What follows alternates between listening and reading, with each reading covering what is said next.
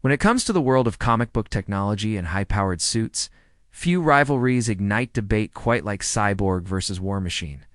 Both are formidable, both are awe-inspiring, and both are, in their own way, the ultimate merger of human and machine. But who, in the end, stands as the better human weapon?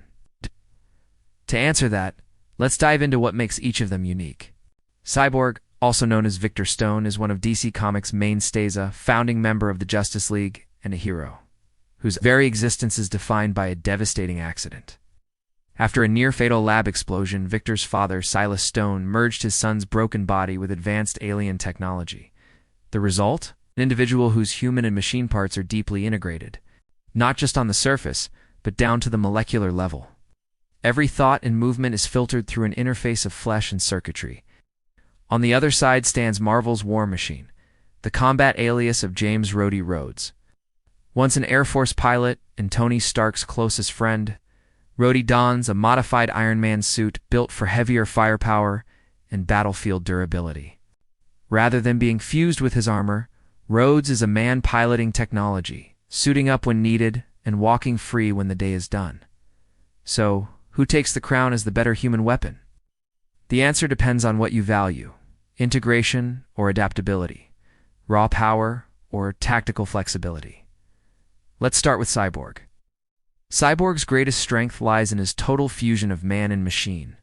Unlike War Machine, Victor Stone cannot take off his enhancements. They are who he is. The lines between identity and arsenal are blurred. This means instantaneous access to an array of technological powers, superhuman strength, flight, a built-in arsenal of sonic cannons and energy beams, and perhaps most importantly, direct interfacing with almost any network.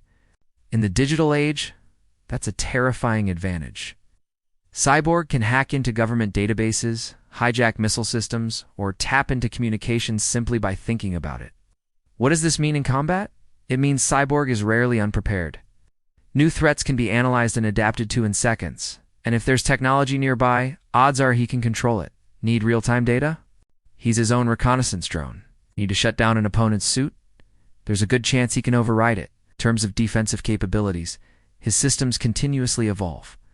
Repaired on the fly, upgraded in the middle of battle, Cyborg turns every fight into a contest of adaptation. But this integration comes at a cost. Victor's humanity is sometimes drowned in a sea of digital noise. He wrestles with questions of identity, self-worth, and alienation in ways Rhodes rarely does. And though his systems are advanced, they depend on remaining functional. Should an enemy develop a virus or disrupt his core technology, Victor could be vulnerable in ways a purely flesh and blood opponent isn't. Now, let's examine War Machine. Rhodey's advantage is both subtler and, in some ways, more classically military. While Cyborg is inseparable from his tech, War Machine is a skilled pilot and strategist, first, machine second.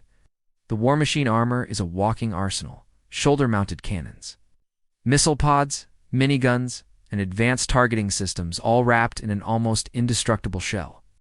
Where Iron Man suits are built for versatility, War Machines are made for overwhelming firepower. Think main battle tank, not Swiss Army knife.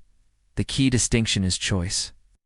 Rhodes can leave the armor behind. It maintains his humanity, his relationships, and, crucially, his ability to approach problems both with and without technological aid.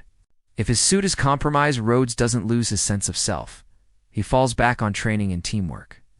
The armor is a tool, not an identity. War Machine thrives in open combat. Head-to-head firefights, coordinated military operations, and battles that call for relentless, organized force. He may not interface with enemy tech as easily as Cyborg, but he brings experience, tactics, and aggression. Against technologically inferior opponents, he's virtually unstoppable. Against equals, his best weapon is resourcefulness. So who's the better human weapon? If the scenario demands a master of cyber warfare, infiltration, or adaptability, Cyborg is hard to beat. His body and mind are a battlefield, and any machine around him becomes an extension of himself. But if the mission calls for heavy firepower, battlefield leadership, and the ability to inspire or coordinate a team, War Machine takes the edge. Perhaps the real answer isn't who is better, but who is better for the challenge at hand. A cyborg's strength is his integration. War Machine's is his separation, which comes with its own vulnerabilities, each with its own triumphs. In the end, they stand as two sides of the same coin, reminders that the line between human and weapon is never quite as clear as the metal casing might suggest.